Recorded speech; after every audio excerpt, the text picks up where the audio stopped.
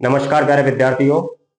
देखिए, आज हम बात करेंगे अगले पैर की हड्डियों के बारे में। तो हम पढ़ रहे हैं एनिमल स्केलेटन, और एनिमल स्केलेटन को हमने दो भागों में डिवाइड किया था। एक तो अक्षीय कंकाल और एक उपांगीय कंकाल। अक्षीय कंकाल को हम कंप्लीट कर चुके हैं। अब हम बात करेंगे उपांगीय कंकाल की।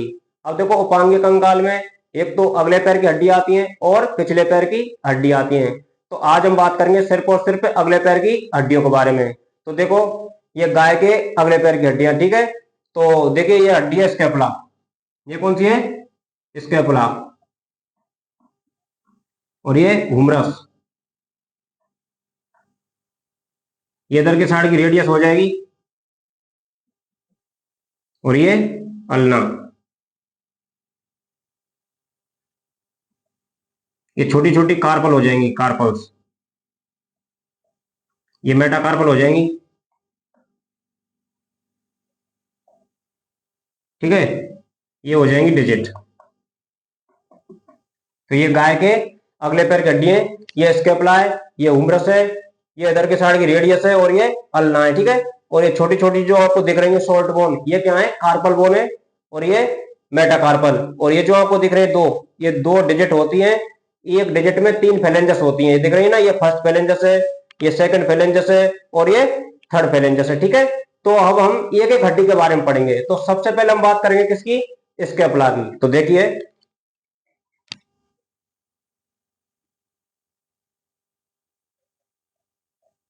स्कैपुला।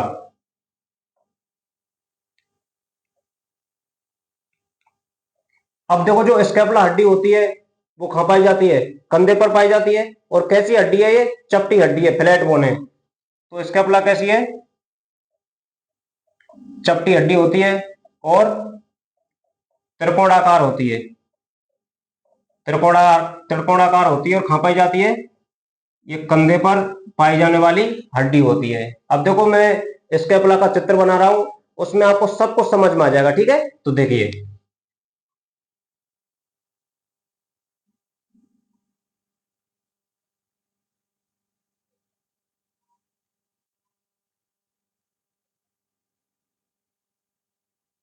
ये स्कैपुला हो गई, ठीक है। देखो, ये जो आपको दिख रहा है इधर का भाग, ये है सुप्रा स्पाइनस फोसा। क्या है? सुप्रा स्पाइनस फोसा। और इधर का साइड का है, इसको बोलते हैं infra spinous fossa. Infra spinous fossa. और ये जो आपको बीच में एक उभार दिख रहा है, इसको बोलते हैं स्पाइन। क्या बोलते हैं? स्पाइन। क्योंकि ये स्पाइन कहां पाया जाता है? स्कैपुलर हड्डी में पाया जाता है, इसलिए इसको बोलते हैं हम स्कैपुलर स्पाइन। स्कैपुलर स्पाइन, ठीक है। स्पाइन का मतलब क्या होता है? एक नुकीला उभार होता है। और ये जो आपको दिख रहा है, ये नोच, इसको बोलते हैं एक्रोमियन प्रोसेस। Acromion process. ये गिलेनोड कैविटी है, गिलेनोड कैविटी। इस गिलेनोड कैविटी में जो ह्यूमरस हड्डी होती है, उसका हेड होता है, वो जुड़ता है और शोल्डर जॉइंट बनता है। इधर पाई जाती है गिलेनोड नोच। गिलेनोड नोच, ठीक है। गिलेनोड नोच पाई जाती है। एक इसमें कोरेकोइड प्रोसेस भी पाई जाती है। तो देखिए दोस्तों, हम बात कर रहे हैं किसकी?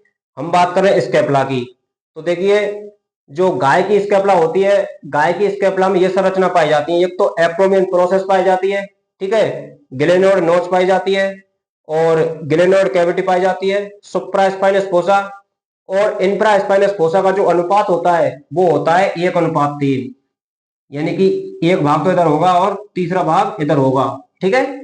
तो यानी कि जो ये स्कैपुलर स्पाइन दिख रहा है ना आपको, स्पाइन, ये स्कैपुला को 1:3 भाग में डिवाइड करता है। तो गाय की स्कैपुला में सुप्रा स्पाइनस फोसा और इंफ्रा स्पाइनस फोसा का जो अनुपात होता है, वो कितना होता है? 1:3 होता है, ठीक है। तो ये स्कैपुला का डायग्राम है, आप इसको समझ लेना, ठीक है। अब हम लिखते हैं, देखिए। अब स्कैपुला से रिलेटेड जितने भी जानवर हैं, सभी के बारे में हम पढ़ेंगे, ठीक है।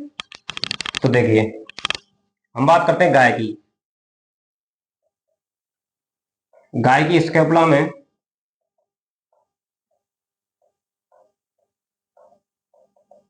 सुप्रास्पाइनस फोसा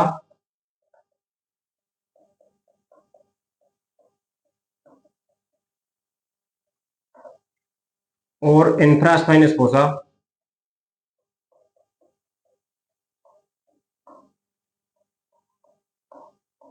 का अनुपात कितना होता है? 1:3 होता है। ठीक है, अब देखिए ये तो गाय की बात है।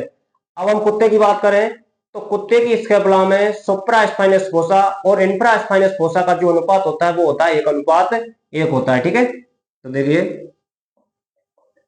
कुत्ते की स्कैपुला में सुप्रा स्पाइनस फोसा और इंफ्रा स्पाइनस फोसा का अनुपात कितना होता है? तो वो होता है 1:1 होता है। ठीक है, अब देखिए गाय की स्कैपुला में ये चल रही है हड्डी की विशेषता। ठीक है, तो गाय की स्कैपुला में क्या पाई जाती है? एक्रोमियन प्रोसेस और ग्लेनोड नोच और ग्लेनोड कैविटी पाई जाती है। ग्लेनोड कैविटी पाई जाती है, ये हड्डी की विशेषता है स्कैपुला। ठीक है, अब देखो और स्कैपुला में, गाय की स्कैपुला में निचले सिरे पर निचले सिरे पर निचले सिरे पर एक प्रोसेस पाई जाती है जिसको बोलते हैं कोरेकोइड प्रोसेस बोलते हैं। क्या बोलते हैं?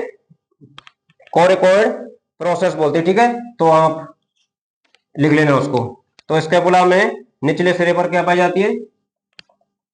कोरेकोइड प्रोसेस पाई जाती है।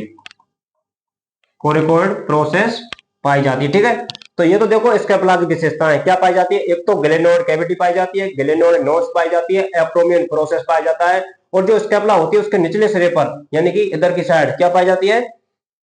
कोरेकोइड प्रोसेस पाई जाती है। ठीक है, अब देखो अब हम बात करेंगे आगे। आप इनको लिख सकते हो, कोई दिक्कत नहीं है। ठीक है, देखिए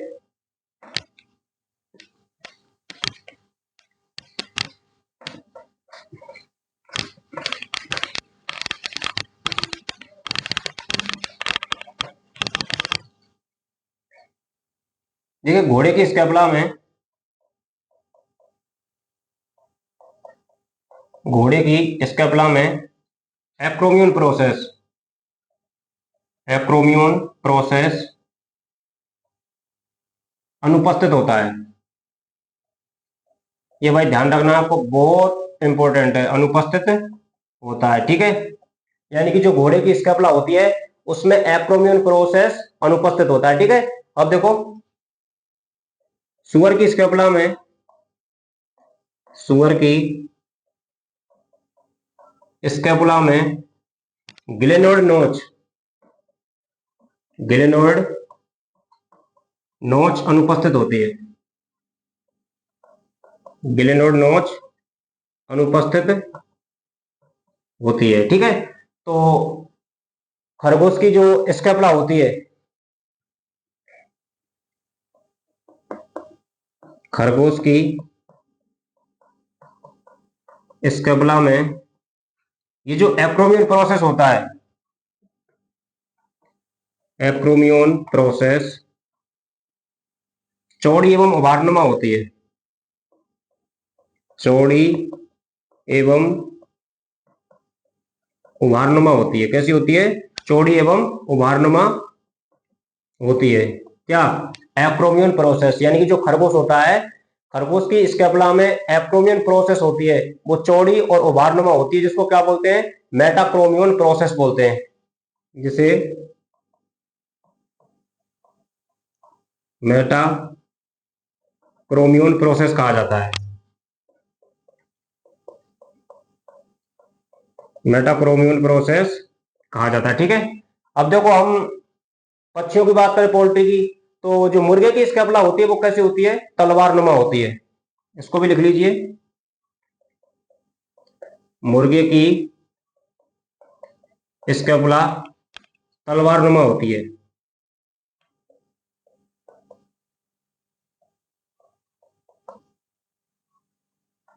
स्वर्ण शेप होती है, तलवार नुमा होती है। ठीक है, तो ये तो हो गई स्केपुला की विशेषता। अब देखो जो पक्षियों की जो स्केपुला होती है ना, पक्षियों में 3 हड्डी होती हैं, वो मिलकर क्या बनाती हैं, ट्राइओसियम फोरामेन बनाती है। तो वो कौन कौन सी होती हैं, देखो एक तो स्केपुला होती है, एक कोरेकोइड होती है, और एक होती है क्लेविकल। तो स्केपुला, कोरेकोइड और क्लेविकल, इन तीनों हड्डियों के मध्य में एक छिद्र पाया जाता है जिसको बोलते हैं ट्राइओसियम फोरामेन। ट्राई का मतलब होता है 3, ओसियम का मतलब होता है हड्डी, और फोरामेन का मतलब क्या होता है, छिद्र। तो तीनों हड्डियों के मध्य में पाए जाने वाला छिद्र क्या कहलाएगा, ट्राइओसियम फोरामेन कहलाएगा। तो उसको भी लिख लेते हैं, देखिए। तो यहां तक कोई दिक्कत नहीं होनी चाहिए। ठीक है, ध्यान रखना है, घोड़े की स्केपुला में एक्रोम्यूल प्रोसेस अनुपस्थित होती है, सुअर की स्केपुला में गिलेनोड नोच होती है, वो एब्सेंट होती है। खरगोश की बात करें तो खरगोश की स्केपुला में जो एक्रोम्यूल प्रोसेस होती है वो कैसी होती है, चौड़ी एवं उभारनुमा होती है, जिसको क्या बोलते हैं हम, मेटाक्रोमियन प्रोसेस बोलते हैं। ठीक है, मुर्गे की स्केपुला कैसी होती है, तलवारनुमा होती है। तो इनको ध्यान रखना है।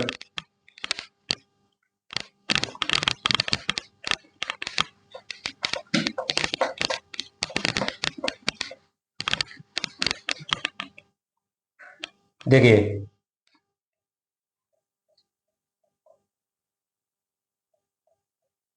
ट्राइओसियम फोरामेन तो क्या होता है, देखिए, यानी कि स्केपुला और कोरेकोइड और क्लेविकल, इन तीनों हड्डियों के मध्य में, तीनों हड्डियों के मध्य में क्या पाया जाता है, छिद्र। क्या पाया जाता है, छिद्र पाया जाता है, जिसको क्या बोलते हैं हम, ट्राइओसियम फोरामेन बोलते हैं। देखो ट्राई का मतलब क्या होता है, ट्राई का मतलब होता है 3, ओसियम का मतलब क्या होता है, हड्डी, क्या होता है, हड्डी, और फोरामेन का मतलब आप जानते हैं, फोरामेन का मतलब क्या होता है, छिद्र होता है जिससे तंत्रिका एवं रक्त वाहिनियां गुजरती हैं। तो 3 हड्डियों के मध्य में पाए जाने वाला छिद्र क्या कहलाता है, ट्राइओसियम फोरामेन कहलाता है।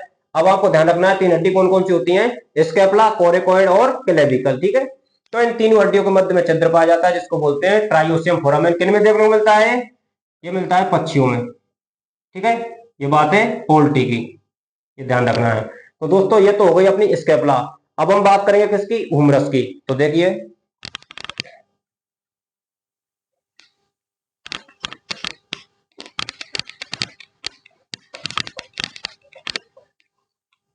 अब हम बात करेंगे हुमरस।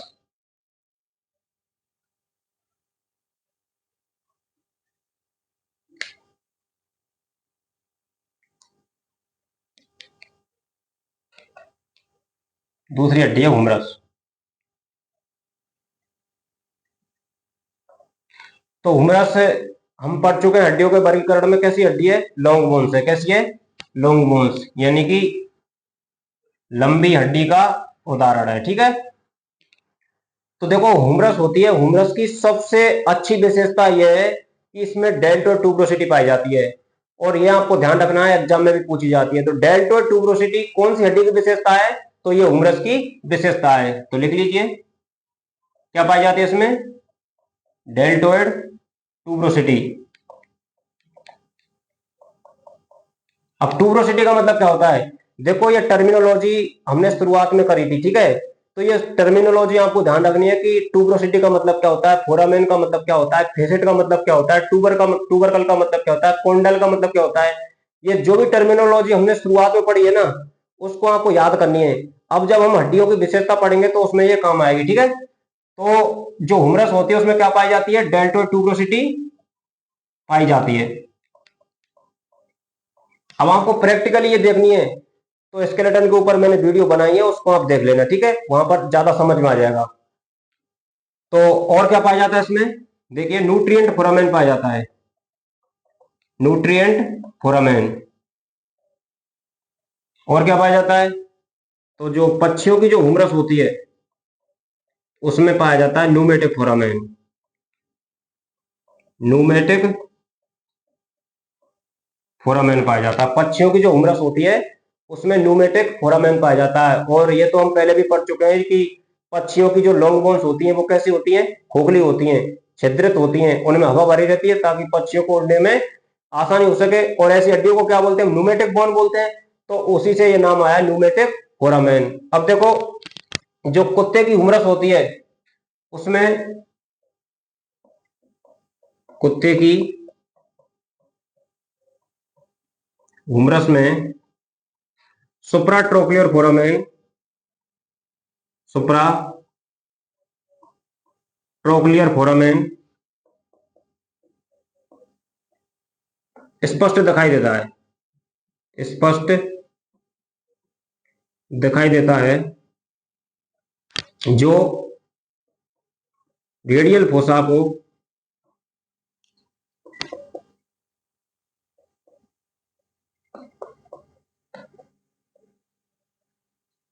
ओलेक्रेनन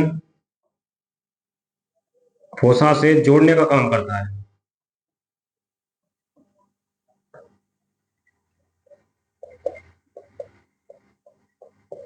यानी कि जो बात करें हम कुत्ते की, तो कुत्ते में एक फोरामेन पाया जाता है जिसको बोलते हैं हम सुप्राट्रोक्लियर फोरामेन। तो ये बिल्कुल स्पष्ट दिखाई देता है। क्या काम करता है, यानी कि जो रेडियल फोसा होता है, रेडियल फोसा होता है उसको ओलेक्रेनन फोसा से जोड़ने का काम करता है। अब ये दोनों फोसा कहाँ पाए जाते हैं, एक तो रेडियल फोसा और एक ओलेक्रेनन फोसा। तो देखो, ये रेडियल फोसा तो पाया जाता है, जो रेडियस हड्डी होती है उसके ऊपर पाया जाता है, और ये ओलेक्रेनन फोसा होता है वो अल्ना के ऊपर पाया जाता है। ठीक है, तो ये बात किसकी है, कुत्ते की। तो कुत्ते की जो हुमरस होती है उसमें सुप्रा ट्रोक्लियर फोरामेन होता है, वो स्पष्ट दिखाई देता है, जो रेडियल फोसा को ओलेक्रेनन फोसा से जोड़ने का काम करता है। फोसा का मतलब क्या होता है, फोसा का मतलब होता है धसाव या गड्ढा। ठीक है, अब देखिए हुमरस के निचले सिरे की बात करें हम, जैसे ये हुमरस का क्या है, ये निचला सिरा है ये, तो यहां पर दो फोसा पाए जाएंगे। एक तो वो फोसा पाया जाएगा जो रेडियस से जुड़ा रहता है, और एक जो अल्ना से जुड़ा रहता है। तो लिख लीजिए इसको, हुमरस के निचले सिरे पर, हुमरस के निचले सिरे पर रेडियल फोसा,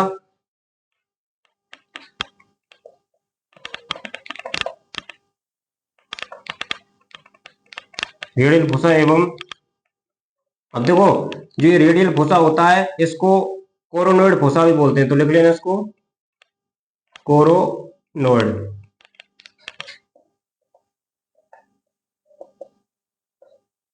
हुमरस के निचले सिरे पर रेडियल फोसा एवं ओलेक्रेनन फोसा, ओलेक्रेनन फोसा पाया जाता है। ठीक है, तो देख लीजिए, समझ लीजिए इसको एक बार। यानी कि जो हुमरस हड्डी होती है उसका जो निचला एंड होता है उस पर दो धसाव पाए जाते हैं। अब ये दोनों धसाव होते हैं वो रेडियस और अल्ना से जुड़े रहते हैं। ठीक है, तो जो धसाव रेडियस पर होगा उसको तो बोल देंगे हम रेडियल फोसा, और क्या बोल देंगे उसको, कोरोनोइड फोसा बोल देंगे।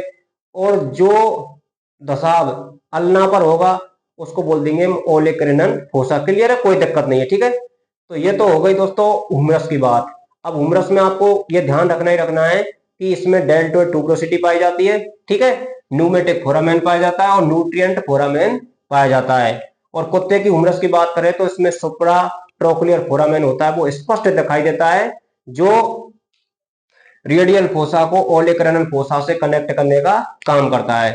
अब देखो हुमरस के निचले सिरे पर एक तो रेडियल फोसा पाया जाता है और एक ओलेक्रेनल फोसा पाया जाता है। ये चीज आपको ध्यान रखनी पड़ेगी। ठीक है, तो आगे हम बात करेंगे रेडियस और अल्ना की।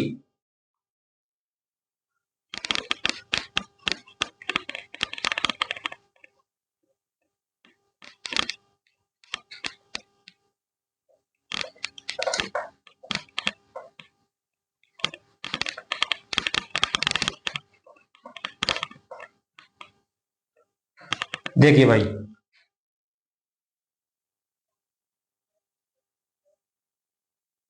रेडियस, पहले हम रेडियस की बात कर लेते हैं, फिर हम बात करेंगे अल्ना की। तो रेडियस और अल्ना दोनों क्या है, लॉन्ग बोन है, ठीक है। कैसी बोन है, लॉन्ग बोन्स, लॉन्ग बोन्स है। अब देखिए जो रेडियस होती है, रेडियस के क्या पाई जाती है, प्रोसेस पाई जाती है, क्या पाई जाती है, एक प्रोसेस पाई जाती है जिसको बोलते हैं कोरोनॉइड प्रोसेस, ये ध्यान रखना है। तो कोरोनॉइड प्रोसेस कहां पाई जाएगी, तो कोरोनॉइड प्रोसेस पाई जाएगी रेडियस पर, ठीक है, यानी कि एल्बो जॉइंट पर। तो इसमें एल्बो जॉइंट पर कोरोनॉइड प्रोसेस पाई जाती है, कोरोनॉइड प्रोसेस पाई जाती है। ये तो हो गई रेडियस की बात। अब देखो हम अल्ना की बात करें,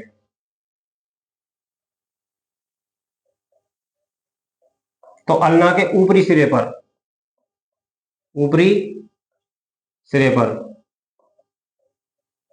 ऊपरी सिरे पर दो प्रोसेस पाई जाती हैं, दो प्रोसेस पाई जाती है। एक तो पाई जाती है ओलेक्रनन प्रोसेस, जो क्या बनाती है, पॉइंट ऑफ एल्बो बनाती है, और एक पाई जाती है एनकोनियस प्रोसेस, जो प्रिज्म के समान होती है, ठीक है। और निचले सिरे पर पाई जाती है स्टेलॉयड प्रोसेस। तो इनको हम लिख लेते हैं। तो देखिए ऊपरी सिरे पर कौन कौन सी पाई जाएंगी, एक तो ओलेक्रनन प्रोसेस, ओलेक्रिनन प्रोसेस जो क्या बनाती है, point of elbow, point of elbow यानी कि कोहनी का उभार बनाती है, कोहनी का उभार,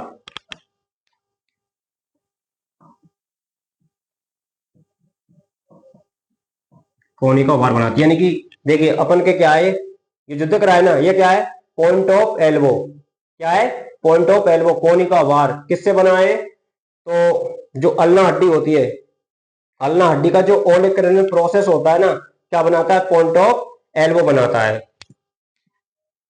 अब देखिए दूसरी प्रोसेस होती है एनकोनियस प्रोसेस, एनकोनियस प्रोसेस, तो ये प्रिज्म के समान होती है, ठीक है, नाम ध्यान रखना है। एनकोनियस प्रोसेस पाई जाती है। तो ऊपरी सिरे पर, अल्ना हड्डी के ऊपरी सिरे पर ये दो प्रोसेस पाई जाती है प्रवर्ध, एक तो ओलेक्रेनन प्रोसेस पाई जाती है जो कोनी का आभार बनाती है पॉइंट ऑफ एल्बो, और एक पाई जाती है एनकोनियस प्रोसेस। तो ये ऊपरी सिरे की बात है। अब बात करेंगे हम निचले सिरे की। तो देखिए निचले सिरे पर, निचले सिरे पर एक प्रोसेस पाई जाती है जिसको बोलते हैं हम स्टिलोइड प्रोसेस, क्या बोलते हैं, स्टिलोइड प्रोसेस पाई जाती है, ठीक है। तो ये आपको ध्यान रखना है। अब देखो जो रेडियस और अल्ना दोनों हड्डी होती है, उनके बीच में देखो ये तो रेडियस है, ये कौन सी हड्डी है, ये रेडियस है ये, और ये अल्ना। तो रेडियस और अल्ना के बीच में क्या है, थोड़ा सा स्पेस होता है, तो उसको बोलते हैं हम इंटर ओसियस स्पेस, क्या बोलते हैं, इंटर ओसियस स्पेस बोलते हैं। दोनों हड्डियों के बीच में जो जगह होती है उसको बोलते हैं हम इंटरओसियस स्पेस बोलते हैं। तो ये तो हो गई रेडियस और अल्ना की विशेषताएं। अब हम बात करेंगे कार्पल बोन्स के बारे में, ठीक है। तो यहां तक आपके लिए कोई दिक्कत हो तो आप पूछ सकते हो, ठीक है, कमेंट करके बता देना आपको कोई प्रॉब्लम हो तो, ताकि हम आगे बात करेंगे, ठीक है। अगली वीडियो में हम बात करेंगे पिछले पैर की हड्डियों के बारे में, तब तक इनको देख लेते हैं। और जब तक वीडियो को पूरा नहीं देखेंगे तो आप समझ में कैसे आएगा बताओ, है।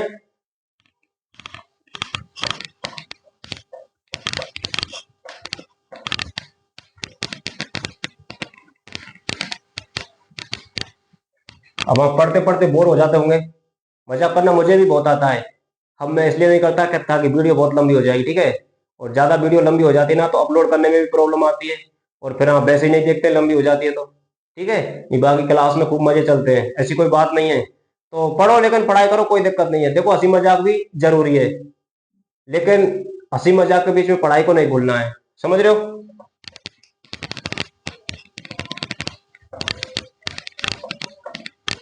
देखो अब हम बात करेंगे कार्बल बोन के बारे में, ठीक है। देखिए भाई, कार्पल्स,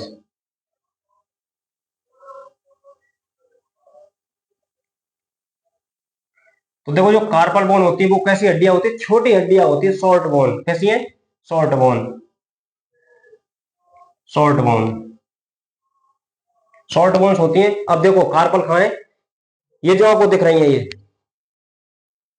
ये दिख रही है, ये कार्पल है।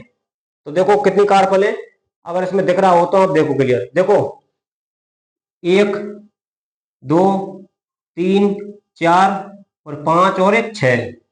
तो गाय की बात कर रहे हैं हम, तो गाय में कार्पल बोन की संख्या कितनी होती है? 6 होती है। अब उसका विवरण कैसे, उस सभी के बारे में हम चर्चा करेंगे, ठीक है भैया। तो देखो हम बात कर लेते हैं पहले कार्पल बोन की संख्या की। तो देखिए गाय में पाई जाती हैं 6। कितनी पाई जाती हैं? 6 पाई जाती हैं। और देखो घोड़ा और कुत्ता, घोड़ा और कुत्ता में पाई जाती है भैया 7। कितनी पाई जाती है? 7। और सुअर में पाई जाती हैं 8। सुअर में कितनी पाई जाती हैं? 8 पाई जाती हैं। और मुर्गा में पाई जाती हैं 2। मुर्गा में कितनी पाई जाती हैं? 2 पाई जाती हैं, ठीक है। तो ये कार्पल बोन की संख्या है। गाय में कितनी होती है? 6 होती है। और कुत्ता और घोड़ा होता है उसमें 7 पाई जाती हैं, ठीक है। और सुअर में कितनी पाई जाती है कार्पल बोन? 8 पाई जाती है। और मुर्गे में 2 पाई जाती है। और गाय में पाई जाती है 6। अब हम बात करेंगे सिर्फ और सिर्फ गाय के बारे में। तो गाय में जो कार्पल बोन होती है उनका विवरण हम पढ़ेंगे। तो देखिए पहले तो ये जो सूत्र बना हुआ है उसको यहां लिख लेते हैं, ठीक है। देखिए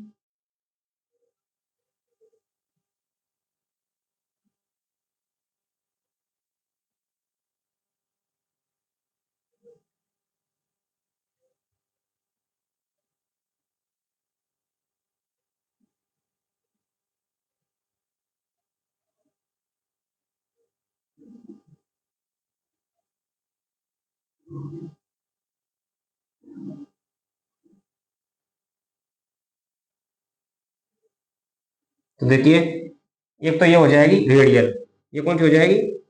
रेडियल। और बीच की आ जाएगी इंटरमीडिएट आई। बिल्कुल सेम जैसे होती है ना, वो हम सूत्र बना रहे हैं, इसको बोलते हैं हम कार्पल सूत्र, ठीक है। उसके बाद आ जाएगी यू, उसके बाद ए, ठीक है। उसके बाद 2 और 3 होती है आपस में जुड़ी रहती हैं। और उसके बाद आ जाएगी 4th नंबर की।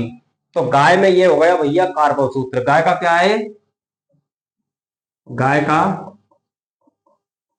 कार्पल सूत्र, ठीक है, कार्पल फॉर्मूला। अब देखो कैसे कैसे होती है, इन सभी के बारे में हम चर्चा करेंगे। तो देखो यहाँ आर का मतलब क्या है, पहली है आर। आर का मतलब है रेडियल कार्पल। क्या है? Radial carpal, radial carpal. और दूसरी है आई। आई का मतलब है इंटरमीडिएट कार्पल। क्या है? Intermediate carpal. और उसके बाद तीसरी है यू। यू का मतलब है अल्नर कार्पल, अल्नर कार्पल। उसके बाद है ए। ए का मतलब है एसेसरी कार्पल, एसेसरी कार्पल। और 2 और 3 ये आपस में जुड़ी रहती हैं, आपस में कैसी रहती है? फ्यूज रहती है, ठीक है। और उसके बाद है 4th नंबर की। तो देखिए जो रेडियल कार्बन होती है इसको बोलते हैं स्केफोइड। क्या बोलते हैं? स्केफोइड, स्केफोइड बोलते हैं। और जो इंटरमीडिएट कार्बन होती है इसको क्या बोलते हैं? सेमी लूनर बोलते हैं। क्या बोलते हैं? सेमी लूनर, सेमी लूनर बोलते हैं, ठीक है। और जो अल्नर कार्पल होती है इसको बोलते हैं क्यूनिफॉर्म। क्या बोलते हैं? क्यूनिफॉर्म बोलते हैं, क्यूनिफॉर्म बोलते हैं, ठीक है। और जो एसेसरी कार्पल होती है इसको बोलते हैं पिसिफॉर्म। क्या बोलते हैं? पिसिफॉर्म, पिसिफॉर्म बोलते हैं। और देखो 2 और 3 ये जो कार्पल होती है ये आपस में जुड़ी रहती है, 2 और 3। तो इनको बोलते हैं ओस मैग्नस। क्या बोलते हैं? ओस मैग्नस। अब देखो इसको विसरल बोन मत समझ लेना, यानी कि जितनी भी विसरल बोन आती हैं उनके सामने ओस लगा रहता है, जैसे कि ओस कॉर्डिस, ओस रोस्ट्री, ओस फ्रेनिक, ओस पेनिस, ओस ऑप्टिकस। तो ऐसे ही ओस मैग्नस, इसको विसरल बोन नहीं समझना है, ठीक है। तो जो 5वें नंबर की होती है, 2 और 3 भी आपस में जुड़ी रहती है, उनको क्या बोलते हैं, ओस मैग्नस बोलते हैं। और देखो जो 6वें नंबर की जो कार्पल होती है उसको क्या बोलेंगे, उसको बोलेंगे अंशी फॉर्म। क्या बोलेंगे, अंशी फॉर्म बोलेंगे, ठीक है दोस्तों। तो ये हो गई कार्पल बोन। एक बार दोबारा से देख लीजिए, देखो वीडियो 2 मिनट लंबा हो जाएगा, कोई फर्क नहीं पड़ता, आपको समझ में आना चाहिए। तो हम बात कर रहे हैं किसकी, कार्पल बोन की। कार्पल बोन होती है वो देखो अगले पैर में तो कहां पाई जाती है, नी जॉइंट पर, यहां पाई जाती है, छोटी छोटी हड्डियां होती है, ठीक है। और पिछले पिछले पैर में पाई जाती है हॉक जॉइंट पर। तो कार्पल बोन कैसी बोन होती है, शॉर्ट बोन होती है।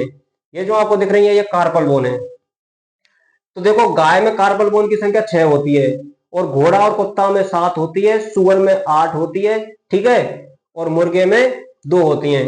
अब देखो हम बात कर रहे हैं गाय के कार्पल सूत्र की, तो ऐसे होता है, आर 6 होती है कार्पल। तो 6 कौन कौन सी होती है, देखो आर का मतलब रेडियल कार्पल, जिसको हम इसके पॉइंट बोलते हैं। एक होती है आई, इंटरमीडिएट कार्पल, इसको बोलते हैं सेमी लूडर बोलते हैं। उसके बाद होती है तीसरे नंबर की अल्नर कार्पल, अल्नर कार्पल को बोलते हैं क्यूनिफॉर्म। और चौथे नंबर की होती है एसेसरी कार्पल, इसको बोलते हैं फिसिफॉर्म। और 5वें नंबर की जो कार्पल होती है 2 और 3, ये आपस में जुड़ी रहती है, जिसको ओस मैग्नस बोलते हैं। और 6वें नंबर की जो कार्पल होती है उसको बोलते हैं अंशी फॉर्म। ये तो हो गई कार्पल। अब हम बात करेंगे मेटा कार्पल के बारे में, ठीक है। देखिए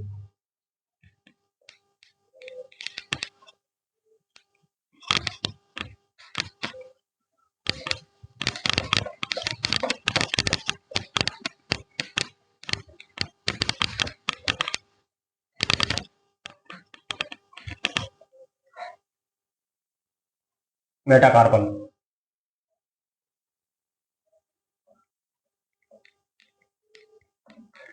तो देखिए जो मेटाकार्पल होती है उनको क्या बोलते हैं हम, मिनिएचर लॉन्ग बोन्स बोलते हैं। क्या बोलते हैं, मिनिएचर लॉन्ग बोन्स।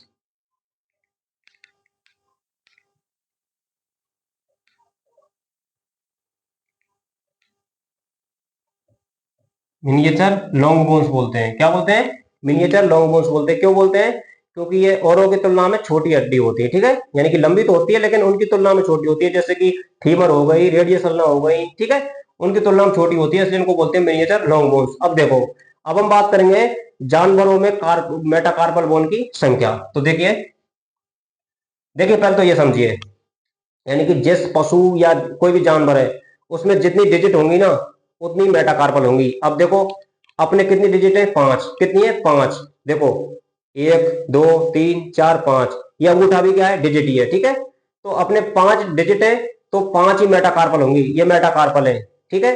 एक मेटाकार्पल, 2 मेटाकार्पल, 3 4 और ये 5।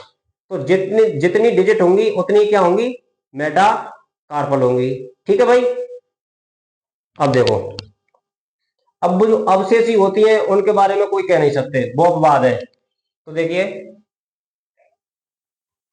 गाय की बात करें तो गाय में कितनी मेटाकार्पल पाई जाती है, 2, क्योंकि गाय में 2 डिजिट होती है, ठीक है। अब देखो हम बात करें किसकी, घोड़े की, तो भाई घोड़े में 3 मेटाकार्पल पाई जाती हैं। कितनी पाई जाती हैं, 3 मेटाकार्पल पाई जाती हैं। कुत्ते की बात करें, कुत्ते में 5 मेटाकार्पल पाई जाती हैं। सुअर में कितनी पाई जाती हैं, सुअर में पाई जाती है भाई 4। कितनी पाई जाती है, 4। और मुर्गे में कितनी पाई जाती है, 3 मेटाकार्पल पाई जाती हैं। तो ये आपको ध्यान रखने हैं, वैसे ही मत पढ़ो इनको। गाय में कितनी मेटाकार्पल हड्डियां पाई जाती हैं, 2 पाई जाती हैं। घोड़े में कितनी पाई जाती हैं, 3 पाई जाती हैं। कुत्ते में कितनी पाई जाती हैं, 5 पाई जाती हैं। सुअर में 4, मुर्गे में 3। तो देखिए पहले हम बात करेंगे गाय की। गाय की बात करेंगे तो गाय में कितनी मेटाकार्पल पाई जाती है, तो गाय में 2 मेटाकार्पल हड्डियां पाई जाती हैं। 2 मेटाकार्पल हड्डियां पाई जाती है, ठीक है। कौन कौन सी होती है, देखो एक होती है, एक तो होती है लार्ज मेटाकार्पल, लार्ज मेटाकार्पल। और एक होती है स्मॉल मेटाकार्पल, स्मॉल मेटाकार्पल। अब देखो जो लार्ज मेटाकार्पल होती है उसको कैनन बोन बोलते हैं। क्या बोलते हैं? कैनन बोन बोलते हैं। देखिए आप समझिए, मैं आपको बताऊं चित्र में देखो, ये जो दिख रही है क्या है? मेटाकार्पल। क्या है? मेटाकार्पल। और हम बात कर रहे हैं गाय में कितनी होती है? दो। तो देखो ये जो आपको दिख रही है ना, ये स्मॉल मेटाकार्पल है, छोटी सी। ये कॉर्नर में दिख रही है ना, ये क्या है? स्मॉल मेटाकार्पल है, छोटी सी। और ये लार्ज मेटाकार्पल है। तो ये कुल मिलाकर इसलिए होती है दो मेटाकार्पल। ठीक है, तो देखिए जो लार्ज मेटाकार्पल होती है उसको तो बोलते हैं कैनन बोन। क्या बोलते हैं? Cannon bone. और जो स्मॉल मेटाकार्पल होती है। अब हम देखो घोड़े की बात करते हैं। घोड़े की बात करें तो घोड़े में कितनी पाई जाती है? घोड़े में तीन मेटाकार्पल हड्डियां पाई जाती हैं। घोड़े में तीन मेटाकार्पल हड्डियां पाई जाती हैं। देखो यानी कि देखो एक तो पाई जाती है लार्ज मेटाकार्पल, लार्ज मेटाकार्पल, और दो पाई जाती हैं स्मॉल मेटाकार्पल, स्मॉल मेटाकार्पल। अब देखो जो दो स्मॉल मेटाकार्पल पाई जाती है उनको बोलते हैं स्प्लिंट बोन। क्या बोलते हैं? स्प्लिंट बोन, स्प्लिंट बोन बोलते हैं। ठीक है, जो स्मॉल मेटाकार्पल होती हैं घोड़े में उनको क्या बोलते हैं? स्प्लिंट बोन बोलते हैं। ठीक है, तो ये तो हो गई गाय और घोड़े की बात। गाय में पाई जाती है दो, एक तो लार्ज मेटाकार्पल जिसको कैनन बोन बोलते हैं, और एक स्मॉल मेटाकार्पल पाई जाती है।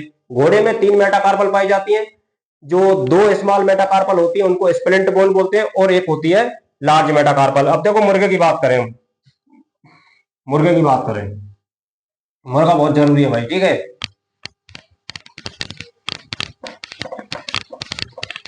तो मुर्गे में कितनी मेटाकार्पल पाई जाती है? मुर्गे में कितनी मेटाकार्पल पाई जाती है? तीन पाई जाती हैं। तो देखो तीन पाई जाती है, तो मुर्गे में तीनों मेटाकार्पल, तीनों मेटाकार्पल जुड़कर जुड़कर एक डी आकृति की संरचना बनाती हैं। डी आकृति की संरचना बनाती हैं। डी आकृति की संरचना बनाती है जिसको क्या बोलते हैं? कार्पो मेटाकार्पस। कार्पो मेटाकार्पस कहा जाता है। ठीक है भैया, मुर्गे में तीन मेटाकार्पल हड्डियां पाई जाती हैं और वे तीनों जुड़कर एक डी आकृति की संरचना बनाती है जिसको क्या बोलते हैं? कार्पो मेटाकार्पस कहा जाता है। तो ये हो गई मेटाकार्पल की बात। अब हम बात करेंगे डिजिट या फेलेंजस की बात। किनकी बात करेंगे? डिजिट की बात। तो पहले एक बार समझ लीजिए आप। ठीक है, तो देखिए गाय में भैया दो पूर्ण विकसित डिजिट पाई जाती हैं। क्या पाई जाती हैं? दो पूर्ण विकसित डिजिट पाई जाती हैं, जो आपको ये दिख रही हैं, एक ये और एक ये। अब एक डिजिट में तीन फेलेंजस होती हैं। कौन कौन सी? देखो ये फर्स्ट फेलेंजस, ये सेकंड फेलेंजस और ये थर्ड फेलेंजस। ठीक है, तो अब इनको आप लिखिए और समझिए।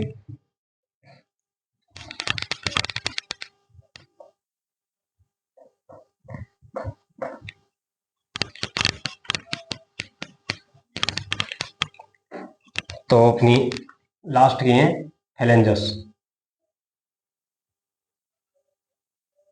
फेलेंजीज। तो फेलेंजीज क्या होती हैं? यानी कि डिजिट में पाई जाने वाली हड्डियां।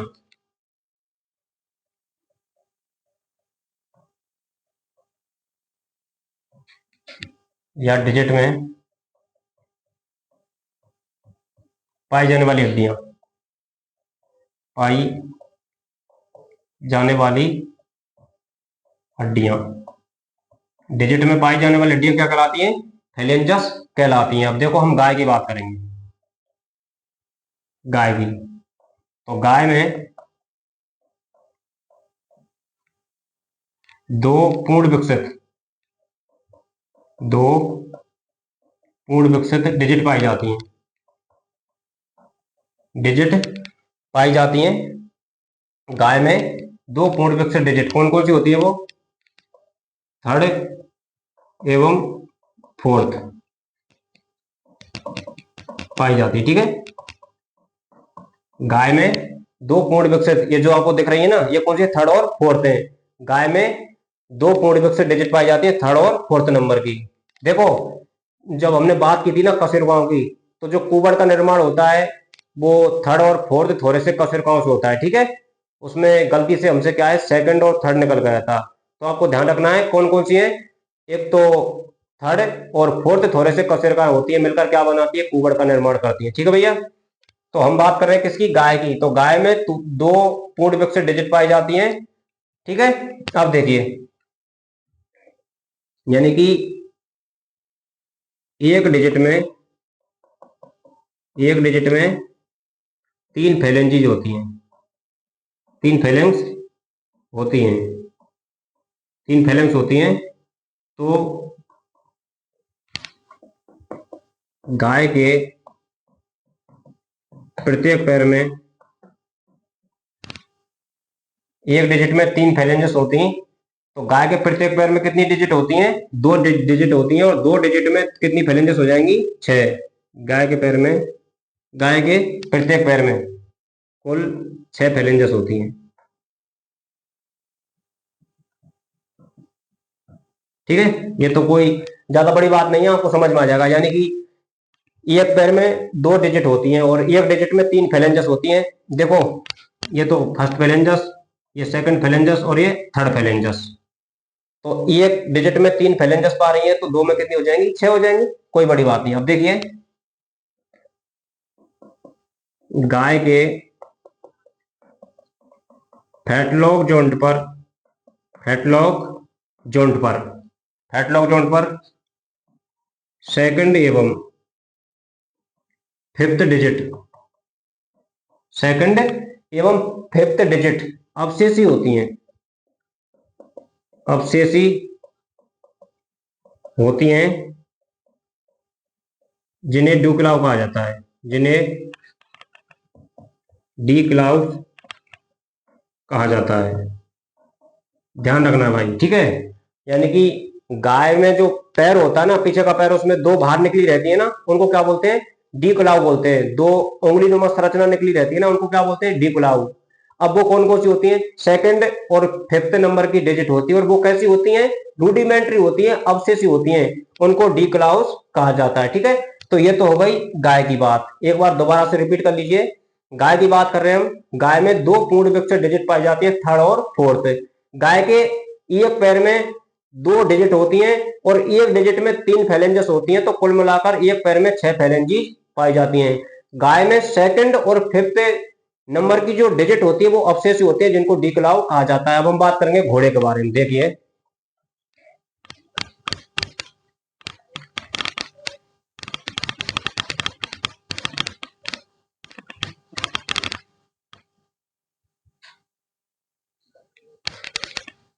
देखिए घोड़े के बारे में बात करते हैं भाई।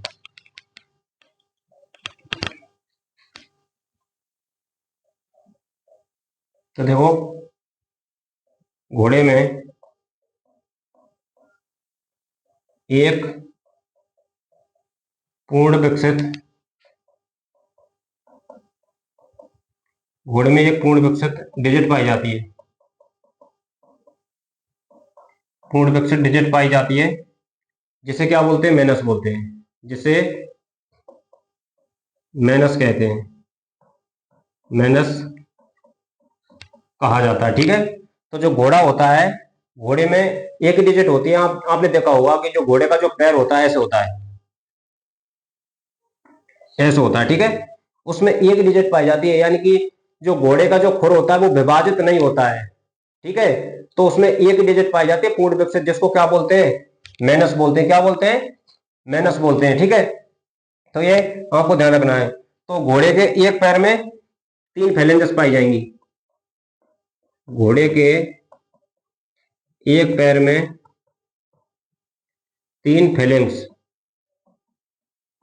पाई जाती हैं, तीन फेलेंक्स पाई जाती है। और देखो, घोड़े में जो प्रथम डिजिट होती है वो अवशेषी होती है, जिसको क्या बोलते हैं, अर्गट बोलते हैं। क्या बोलते हैं, अर्गट बोलते हैं।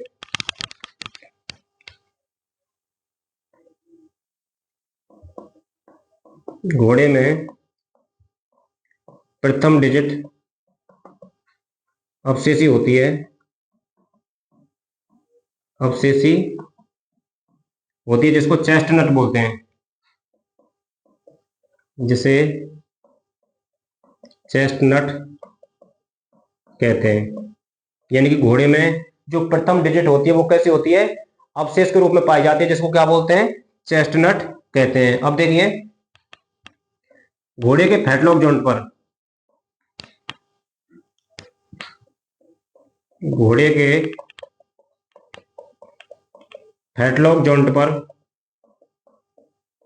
घोड़े के फैटलॉक जॉइंट पर सेकंड एवं फोर्थ डिजिट, सेकंड एवं फोर्थ डिजिट अवशेषी होती हैं, फोर्थ डिजिट अवशेषी होती हैं, जिन्हें अर्गट बोलते हैं, जिन्हें इरगट या अर्गट बोलते हैं, इरगट कहते हैं। ठीक है दोस्तों, तो ये तो हो गई घोड़े की बात। एक बार दोबारा से देख लीजिए। देखिए,